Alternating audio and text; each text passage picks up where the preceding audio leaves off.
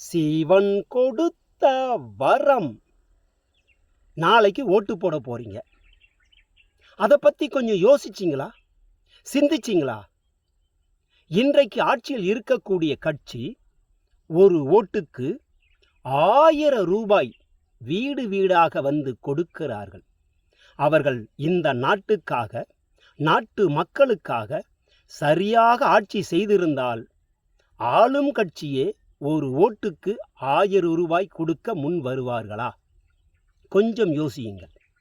நாங்கள் பரம்பரையாக இந்த கட்சியை சேர்ந்தவர்கள்.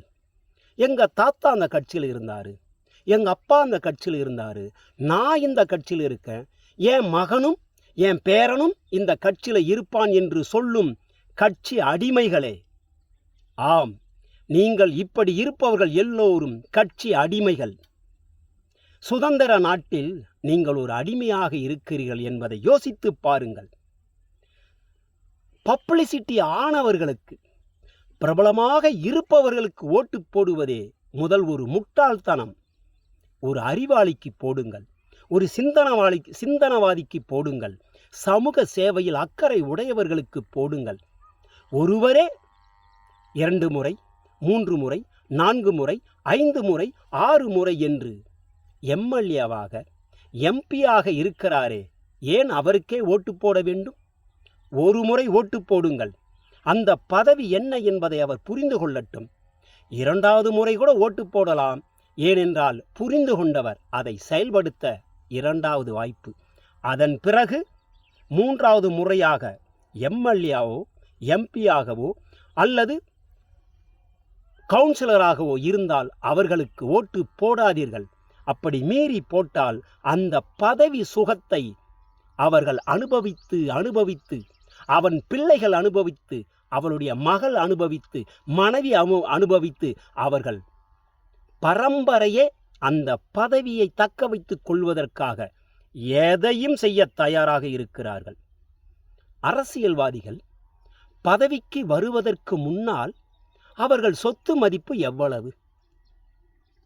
அவர்கள் பதவிக்கு வந்த பிறகு அவர்கள் சொத்து மதிப்பு எவ்வளவு? அவர்களுடைய பினாமி சொத்துக்கள் எவ்வளவு? கொஞ்சமாவது யோசித்து பார்த்தீர்களா? ஒரு ஜனநாயகத்தில் உங்களது வாக்கு, உங்களது ஓட்டு விலை மதிக்க முடியாதது. அதை யார் ஒருவர் பணம் கொடுத்து வாங்க தயாராக இருக்கிறாரோ அவர் இந்த நாட்டை விற்பதற்கு தயாராக இருக்கிறார். ஆம், ஓட்டுக்கு பணம் கொடுக்க முன் வருபவர்கள் நாட்டை விற்றுவிட தயாராக இருப்பார்கள். இதை புரிந்து கொள்ளுங்கள். ஒரு முறைக்கு 2 முறை யோசனை செய்யுங்கள். பப்ளிசிட்டி ஆனவர்களுக்கு ஓட்டு போடாதீர்கள்.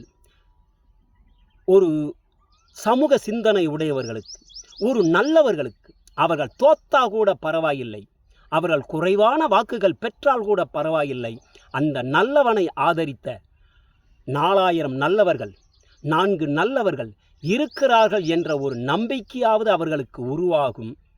யோசித்து பாருங்கள். ஒரு முறைக்கு பல முறை யோசித்து பணத்துக்கு அடிமையாகாமல், கட்சிக்கு அடிமையாகாமல் நல்லவரை தேர்ந்தெடுக்க உங்கள் ஓட்டு போட வேண்டும். நீங்கள் அப்படி ஒரு சிந்தனையை உருவாக்கி கொள்ளுங்கள். நாடும் முன்னேறும், நாமும் முன்னேறுவோம். இங்கே மீன் பிடிக்க கற்றுக் கொடுக்க வேண்டும். மீன் வாங்கி கொடுப்பதை நம்பாதீர்கள். நான் 1000 தருகிறேன், 2000 தருகிறேன், 5000 தருகிறேன் என்பதெல்லாம் உங்களையும் உங்கள் பிள்ளைகளையும் உழைக்க மறக்கடிக்கிறார்கள். உழைக்க வேண்டும் என்ற எண்ணத்தை மறக்கடிக்கிறார்கள் என்பதை புரிந்து கொண்டு உங்கள் பொன்னான வாக்கை நல்லவர்களுக்கும் நாட்டுக்காக உழைப்பவர்களுக்கும் போடுங்கள். ஒரு முறை அல்லது 2வது முறை, இதற்கு மேல் யார் பதவியில் போட்டியிட ஆசைப்பட்டாலும் அவர்களுக்கு தயவு செய்து உங்கள் பொன்னான வாக்கை, உங்கள் அருமையான ஓட்டை போடாதீர்கள். நல்லவர்களுக்கு போடுங்கள். 4 ஓட்டு கிடைத்தா கூட நல்லவர்கள் நாட்டில் வாழ்கிறார்கள் என்பதற்கு அதுவே சாட்சி.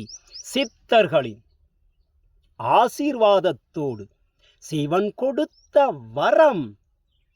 இந்த நாட்டுக்கும் நாட்டு மக்களுக்கும் நல்லதே நடக்க வேண்டும். மகா துரை.